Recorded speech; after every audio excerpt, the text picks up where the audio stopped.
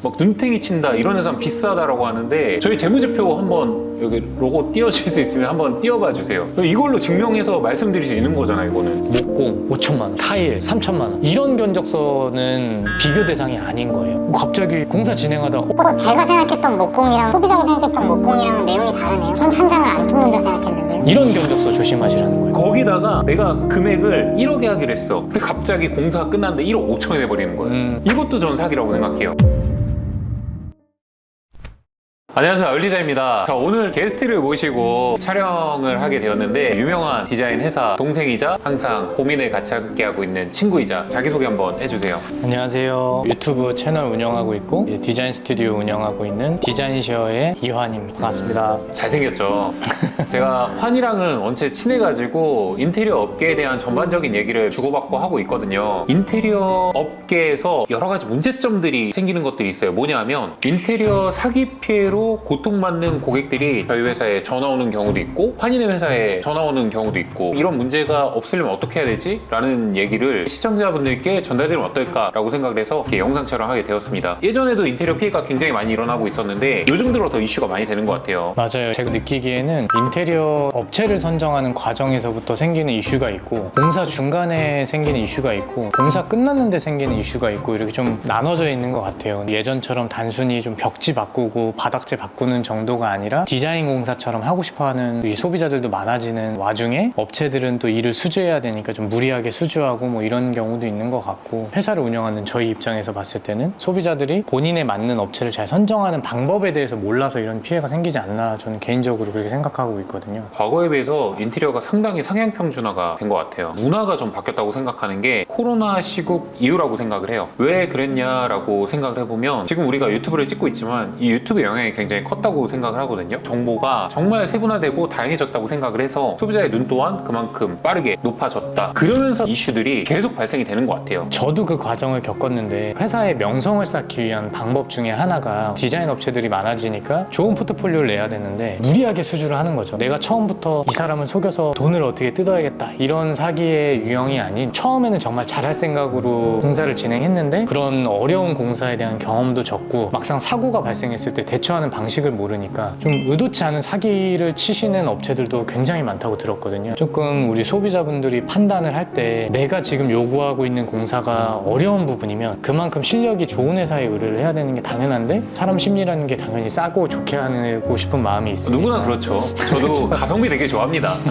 그러니까 그런 부분들 때문에 더 사고가 나지 않나? 저희 회사에 연락 왔던 게 목공까지 했는데 이제 계약을 해지했다 해줄 수 있냐? 근데 불문율처럼 우리가 여겨지는 게 남들이 손댄 공사 안 하려고 하잖아요. 그래서 그렇죠. 죄송하다고 하고 거절하긴 했는데 그런 부분들을 좀 많이 접하고 있는 것 같아요. 저희도 막 러버스나 이런 사회적인 공헌 활동들을 꾸준히 하고 있다 정말 보니까 많이 했죠. 문의를 많이 주세요. 지금 뭐 문제가 있는데 이거를 좀 해결해 줄 수 있는 방법이 없겠냐. 일상적으로 이런 문제가 없는 게 가장 베스트죠. 그렇죠. 예. 저는 그 사기라는 거에 대해서 본질적으로 좀 생각을 해봤어요. 이게 되게 간단하더라고요. 전문성이 없으면 이건 사기다. 내가 실력이 없고 책임질 수 있는 인프라가 없으면 사기꾼이 되는 거예요. 내가 사기칠 그렇죠. 생각으로 한 건 아닌데 하다 보니까 책임질 수 없는 큰 눈덩이 같은 스노볼이 이렇게 커져가지고 대체할 수 없어서 잠수를 타버린다든지 고스란히 소비자들에게 넘긴다든지 많은 분들이 싸고 좋은 것들을 원하잖아요. 저도 마찬가지거든요. 가격표 보고 할인율이 얼만큼 들어가고 이건 당연한 소비자의 권리라고 생각을 해요. 그런데 어떤 여기서 이슈가 생기냐면 인테리어를 하게 되면 비용을 1억을 썼어요. 그럼 부가세 그럼 1억 1,000만 원이잖아요. 그런데 이 업계의 오래전부터 생태계는 이 1,000만 원에 대한 부가세를 내고 싶지 않아 하는 사람들이 많은 거예요. 정책적인 부분까지도 넘어갈 수 있어서 좀 딥하게 갈 수도 있는 부분이긴 하지만 이게 아까우니까 현금 거래하는 사람들이 아직도 굉장히 많거든요. 그러면은 나는 현금 줬으니까 끝 아니야? 소비자 입장에서 그렇게 생각할 수 있거든요. 근데 건설업 계열에서 가장 많은 망하는 경우가 세무조사잖아요. 근데 내가 그 현금을 받은 부분이 밝혀져서 세무조사를 받으면 현금을 준 사람도 피해를 입는 거거든요. 근데 대부분 상담을 하면서도 그런 말씀을 드려도 눈앞에 있는 비용이 뭐 10%니까 되게 커 보이니까 껌 하나를 사도 사실은 부가세는 다 내는 거예요. 근데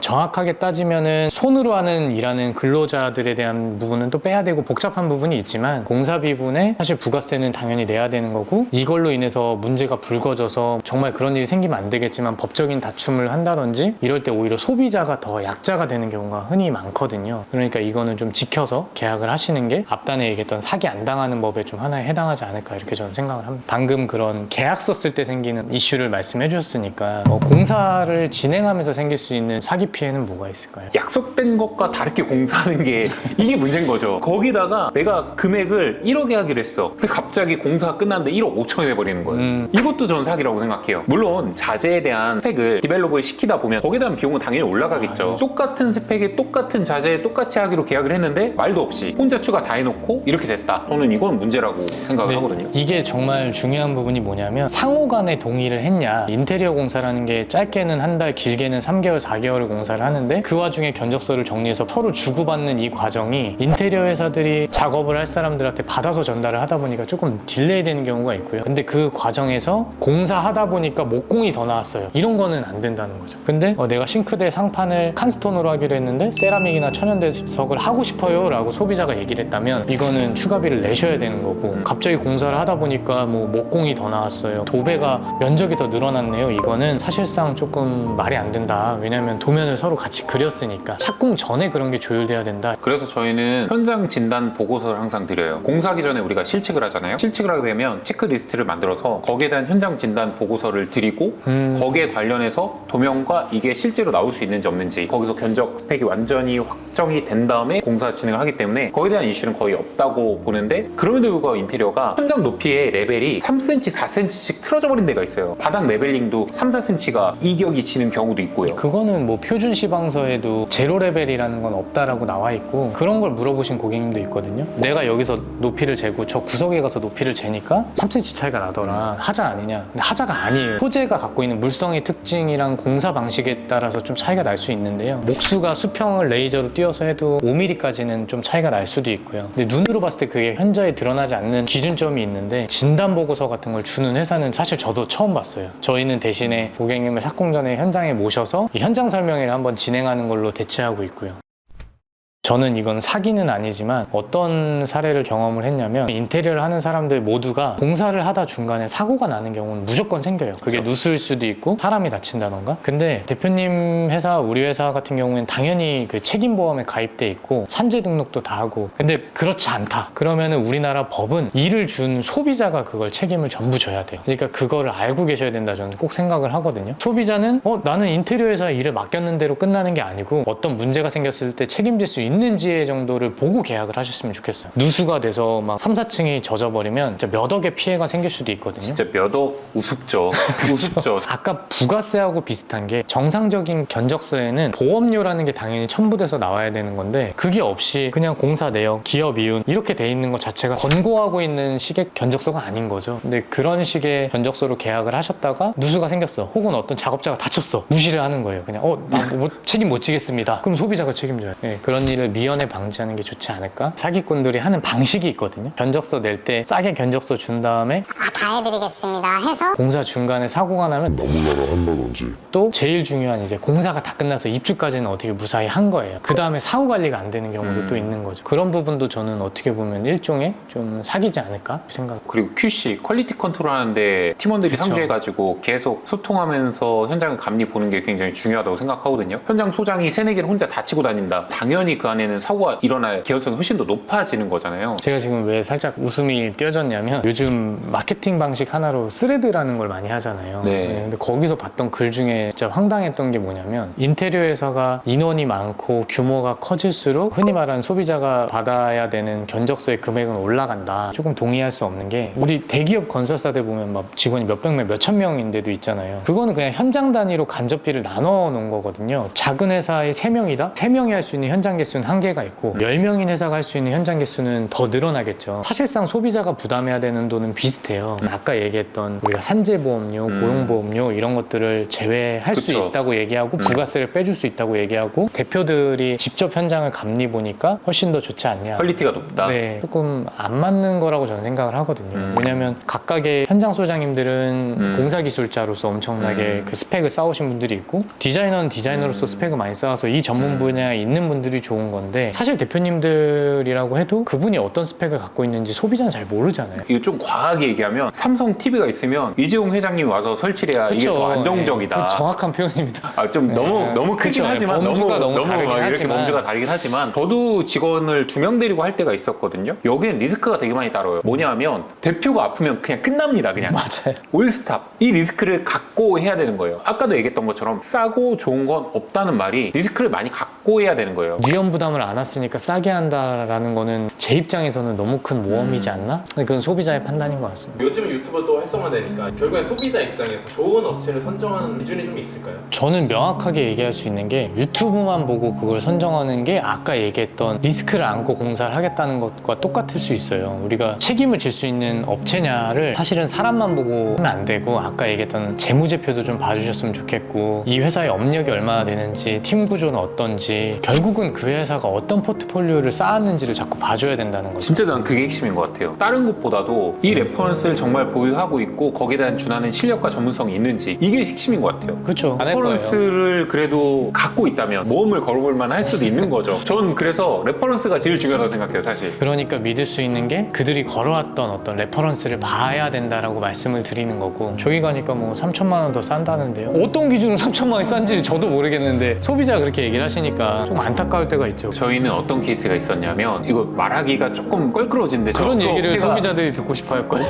저희 회사에서 디자인이랑 스펙북이랑 이 모든 걸 가져가서 공사를 진행하기로 했다가 계약을 파기하고 이유는 뭐 얘기를 하지 않더라고요. 근데 저희가 그 아파트에 공사한 데가 있어서 가봤더니 그냥 얘기가 없이 다른 업체랑 공사를 하고 있더라고요. 우리가 만들었던 그려놓으신 디자인 도면으로 그대로 하고 있는데 근데 목공 끝나기 전에 전화가 와서 다시 아우디오에서 해주면 안 되냐. 그 도면대로 못 만들어 가니까 이제 마음이 바뀌신 거예요. 근데 그 상태에서 저희가 어떻게 할 수가 없잖아요. 저희도 그쵸. 인원 세팅을 다 된 상태인데 결국은 그 미팅을 할 때 단계에서 아까 얘기했던 것들을 검증을 하고 나의 얘기를 가장 잘 들어줄 것 같은 회사랑 하는 게 좀 좋은 업체 선정하는 방법이 아닐까? 이렇게 좀 생각을 그리고 합니다. 레퍼런서도 내가 원하는 그 무드도 좀 맞았으면 좋겠고 이런 것도 봐야 될 것 같고요. 네, 그러면 포트폴리오 보고 업체 선정을 딱 했어요. 유튜브에 고급 자재들이 많이 나오잖아요. 상담 오시는 고객님들은 감이 없으실 거라고 생각해요. 요즘 인테리어 비용 어느 적정선인가? 제가 최근에 거의 90평에 육박하는 거를 되게 멋있게 잘 끝냈어요. 근데 거기가 한 3억 정도 공사비를 받았거든요. 근데 따지고 보면 한 350만 원 정도 든 거잖아요. 근데 주방 가구가 1억이 넘었어요. 되게 저렴하게 하신 거거든요. 근데 어떤 분들한테는 그게 비싸게 느껴질 수 있다는 거죠. 합리적으로 제 입장에서 공사를 해드렸다 자신 있게 말씀드리냐면 실제로 나머지 공사비를 산출했을 때 고급 마감재를 다 썼는데도 불구하고 평당 한 350 정도에 한 거예요. 근데 여기서 화장실 3칸이랑 방에 공사를 아예 손도 안 댔어요.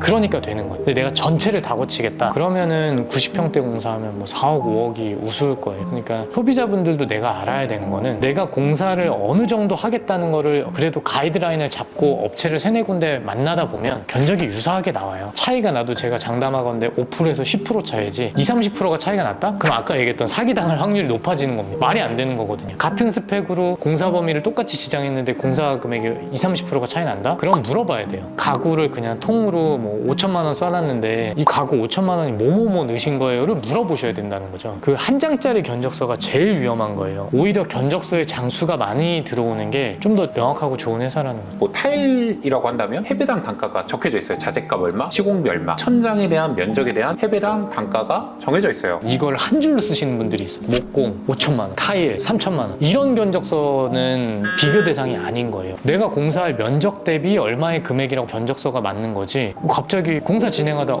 제가 생각했던 목공이랑 소비자가 생각했던 목공이랑은 내용이 다르네요. 전 천장을 안 뚫는다 생각했는데요. 이런 견적서 조심하시라는 거예요. 그러니까 평당으로 따지면 그렇게 얘기를 듣기를 원하는 거 저도 알고 저도 그렇게 해드리고 싶은데 그게 안 된다는 게 생각하는 방식이 너무 달라요. 주방 가구가 1억이 나올 수도 있고 어딘 3천만 원, 2천만 원에도 끝낼 수도 있어요. 그런 기준을 알고 하셨으면 좋겠다는 거죠. 제일 많이 초기 상담 때 오는 전화가 거기는 평당 얼마예요? 라고 전화가 많이 오거든요. 사실 거기에 대한 답변이 너무 너무너무 어렵기는 해요. 저희 평당 150만 원에 하니까 일단 오세요 라고 할 수는 있겠죠. 근데 내용을 정확하게 모르니까. 그러니까 평당 150만 원 정도의 공사하실 수 있는 분들은 내가 가서 망치질도 하고 흔히 말해서 타일도 깔고 하실 수 있는 분들이니까 보수를 보는 업체는 그 정도인 것 같아요. 그리고 브랜드에 가면 요즘 250에서 300만 원 정도를 얘기한대요. 그럼 디자인을 하기 시작하면 어느 정도냐? 그러면은 평당 300만 원 정도에서 업. 그리고 나는 디자인 업체에서 도면은 받을 건데 마감재 스펙은 아까 얘기한 것처럼 기본적인 걸로 하겠다. 그러면은 200 후반에서 300 초반 이렇게 얘기할 수 있죠. 근데 하이엔드는 그 등급이 없어요. 쇼파 하나에 2, 3억씩 하는 경우도 있고, 그러니까 거기는 리밋이 없는 거고, 내가 그러면은 최소 금액으로 봤을 때 디자인 업체랑 공사를 해야지? 그럼 최소한 평당 350 이상은 생각하고 접근을 하시는 게 맞는 단가 아닐까? 이렇게 좀 답변을 하는 게 맞는 것 같아요. 소비자들 이런 거 좀 궁금할 것 같아. 저희 회사에 견적 넣고 오시는 분들이 제일 많이 하는 말씀이 오일 디자인 비싸서 견적 낼 엄두도 안 났는데 막상 내보니까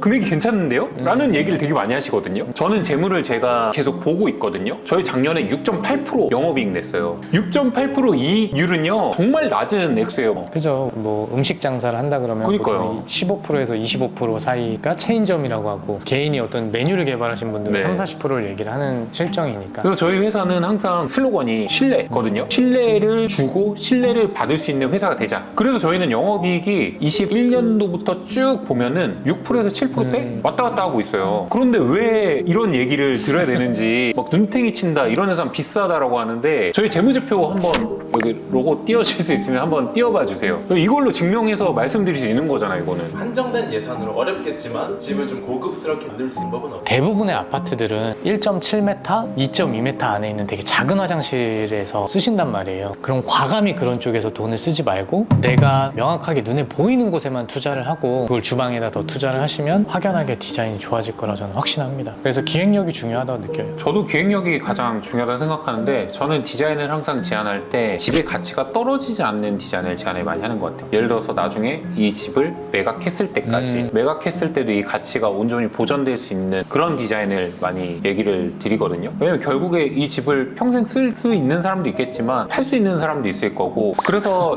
레이아웃적인 부분에서는 확실하게 투자를 하고 나머지 마감재들은 도배는 떨어지면 또 붙이면 돼요. 가구 같은 경우도 이렇게 해놨다가 팔고 다시 사도 돼요. 요즘 가구도 다시 팔았다 샀다 하는 사람들 되게 많잖아요. 초반에 잡아놓는 그 기획력에 따라서 나중에 팔 때까지 가치가 유지될 수 있는, 거기에 제안을 좀 많이 드리는 것 같아요. 여기서 설명드리고 싶은 게, 레이아웃 변경을 하면 견적이 많이 올라가나요? 라고 물어보세요. 그거에 대해서는 명확하게 말씀드릴 게, 구조가 바뀌면서 수납 가구를 훨씬 많이 설치할 수 있게 되거든요. 그러니까 진짜 레이아웃을 바꾸는 건 설비 비용 정도가 추가돼요. 그건 진짜 많아야 한 500~600만 원이거든요. 주방이 한 2m짜리 아일랜드가 간신히 들어가는 거에서 뭐 4m 아일랜드가 들어갔다. 그럼 2배 비싸지는 거예요, 주방이. 단순하게 얘기하자면. 그런 가구의 양이 많아져서 견적이 올라가는 거지, 레이아웃 바꿔야지 해서 견적이 올라가는 건 아니에요.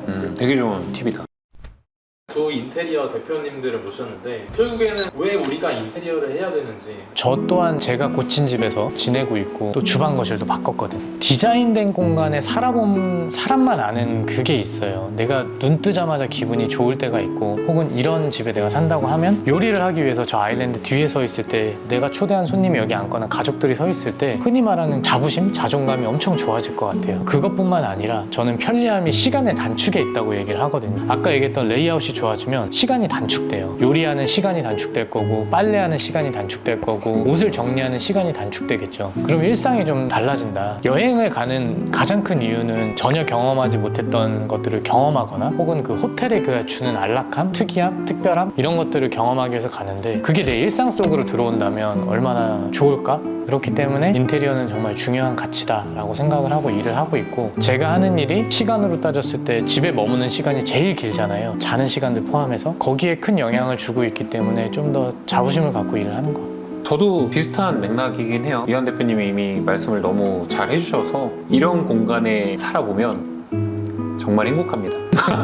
단순하고 명쾌하네요. 좋은 집에서 살면은 누려지는 행복의 순간들이 나를 되게 편안하게 해주고 우리 가족들도 정말 많이 편하게 해주고 아까 말씀하셨던 그 자존감이 높아지면 매사에 태도가 바뀌거든요. 인생을 완전히 바꿔놓는 것 같아요. 그래서 인테리어를 소비자들이 하지 않나 라고 생각을 해요. 저희 둘만의 사견이니까 이게 무조건 다 정답이다 라고 하기는 어렵지만 사실 인테리어의 문화가 우리가 얼마 안 됐어요. 그러니까 한국 인테리어 문화가 진짜 급격하게 성장하고 있다. 발전하고 있는 이 과도기에 중요한 것들은 제도적으로 그래도 많은 것들이 바뀌어야 되고 그 안에서 문화가 긍정적으로 바뀌어야 되고 이런 것들이 생기면은 지금 같은 사기 피해 문제도 급격히 줄어들지 않을까라는 생각을 합니다. 자, 오늘 디자인시어 이한 대표님을 모시고 이렇게 열띤 디자인 업계에 대한 이야기를 했는데요. 여러분들 어떻게 재밌게 보셨나요? 마지막으로 아울디자인 시청자분들께 한 말씀 부탁드릴게요. 제가 평상시에 워낙 좋아하는 형이고 또 이렇게 모임을 해요. 근데 이게 무슨 모임이냐면 술, 담배 안 하는 사람들 모임이 있거든요. 그래서 수다를 자주 떠는데 커피 마시면서 그러다가 나온 얘기를 조금 전달하면 좋을 것 같아서 아울 디자인이 워낙 책임감 있는 신뢰감 있는 회사니까 많이 시청해 주시고 저희는 디자인적으로 정말 디벨롭 많이 하고 있는 회사거든요. 그래서 저희 채널도 시청해 주시면 좋을 것 같습니다. 앞으로도 우리 같이 고민을 하면서 이 업계에서 같이 성장했으면 좋겠습니다. 감사합니다. 네, 감사합니다.